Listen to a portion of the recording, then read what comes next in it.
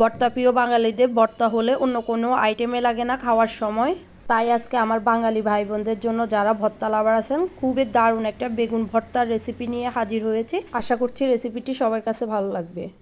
বেগুন ভর্তা করার জন্য আমি এখানে মিডিয়াম সাইজের একটা বেগুন নিয়ে নিয়েছি, আর বেগুনটাকে ধুয়ে পরিষ্কার করে নিয়েছি।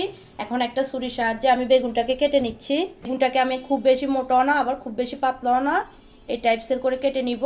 এভাবে আমি পুরো বেগুনটা কেটে নিচ্ছি। সবগুলো বেগুনের পিসে আমি একইভাবে কেটে নিয়েছি। এখন আমি একটা বাটিতে পানি নিয়ে পানির মধ্যে বেগুনগুলো দিয়ে দিচ্ছি, যেন এর থেকে কষগুলো বের হয়ে যায়, বেগুন থেকে কষটা বের হয়ে যাক। আর এ ফাঁকে আমি বেগুনের সাথে দেওয়ার জন্য 3টা টমেটোকে 2 ভাগ করে কেটে নিচ্ছি। আর টমেটোর যে এই অংশটা আছে এটা কেটে ফেলে দেওয়া যাবে না, এতে করে অতিরিক্ত পানি বের হয়ে ভর্তাটা অনেক নরম হয়ে যাবে। সহে আমি টমেটোটাকে কেটে নিচ্ছি। বেগুনটাকে এখন আমি পানি থেকে উঠিয়ে নিয়েছি, আর কেটে রাখা টমেটোগুলো এর মধ্যে দিয়ে দিচ্ছি। বেগুনের মধ্যে আমি এখন একে একে দিয়ে দিচ্ছি 1/2 চা চামচ হলুদের গুঁড়া, 1/2 চা চামচ লাল মরিচের গুঁড়া, স্বাদ মতো লবণ। এগুলোকে আমি খুব ভালোভাবে মশলা দিয়ে মেখে নিয়েছি। এখন এগুলোকে আমি ভাজতে চলে যাচ্ছি। বেগুনটা ভাজার জন্য চুলায় আমি একটা ননস্টিকের প্যান বসিয়ে দিয়েছি। প্যানটা গরম হয়ে যাওয়ার পর এখন এর মধ্যে দিয়ে দিচ্ছি 2 টেবিল চামচ সরিষার তেল। আপনারা চাইলে এখানে সয়াবিন তেলটাও দিতে পারেন। তেলটা খুব ভালোভাবে গরম হয়ে যাওয়ার পর এখন আমি আগে থেকে মেখে রাখা বেগুনগুলো একটা একটা করে এই তেলের মধ্যে দিয়ে দিচ্ছি, সাথে টমেটোগুলোও দিয়ে দিচ্ছি। এখন বেগুন আর টমেটোগুলোকে আমি খুব ভালোভাবে উল্টে পাল্টে ভেজে নিব। বেগুন আর টমেটোটা আমার পোড়া পোড়া করে ভেজে নেওয়া হয়ে গিয়েছে। এখন আমি এটাকে একটা প্লেটে তুলে নিচ্ছি। সবগুলো বেগুনের পিস আর টমেটোর পিস তুলে নেওয়ার পর এখন আমি এর মধ্যে আরও 1 টেবিল চামচ সরিষার তেল দিয়ে দিচ্ছি। এটা গরম হয়ে যাওয়ার পর এখন আমি এর মধ্যে দিচ্ছি বোটা ছাড়ানো 4টা শুকনো মরিচ, 4টা কাঁচা মরিচ, 8 থেকে 10 কোষ রসুনের কোষ।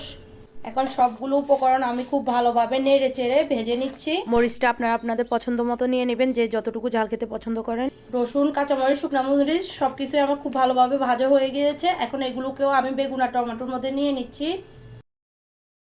সবগুলো উপকরণে আমার নিয়ে নেওয়া হয়ে গিয়েছে। এখন আমি টমেটোর উপরের খোসাটা উঠিয়ে নিচ্ছি। এখন আমি প্রথমে টমেটোগুলোকে কষলে নিচ্ছি খুব ভালোভাবে, আর বেগুনগুলোকেও আমি হাতের সাহায্যে খুব ভালোভাবে কষলে নিচ্ছি। আর বেগুনের যে সাইডের শক্ত অংশটা আছে আমি এটাকে ফেলে দিচ্ছি। এখন শুকনো মরিচ, কাঁচা মরিচ, রসুন সবগুলোকে আমি খুব ভালোভাবে কষলে নিচ্ছি। ভর্তার টেস্টটাই নির্ভর করে এটাকে যত বেশি খুব ভালোভাবে মাখানো যায়। সবগুলো উপকরণ আলাদা আলাদা কষলে নেওয়ার পর এখন আমি এগুলোকে খুব ভালোভাবে মিক্স করে নিচ্ছি। মিক্স করে নেওয়ার পর এখন আমি এর মধ্যে দিয়ে দিচ্ছি 1/2 কাপ পেঁয়াজ কুচি।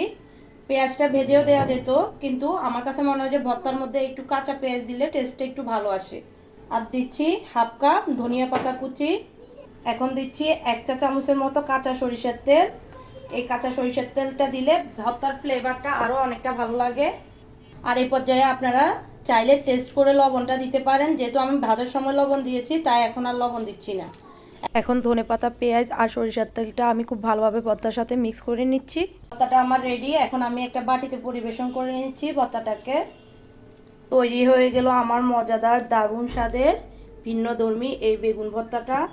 আমি গ্যারান্টি দিয়ে বলছি এই বেগুন ভর্তাটা হলে আপনাদের আর কিছুই লাগবে না 2 প্লেট ভাত শেষ করতে। আজকের জন্য এই পর্যন্তই। আল্লাহ হাফেজ, আসসালামু আলাইকুম।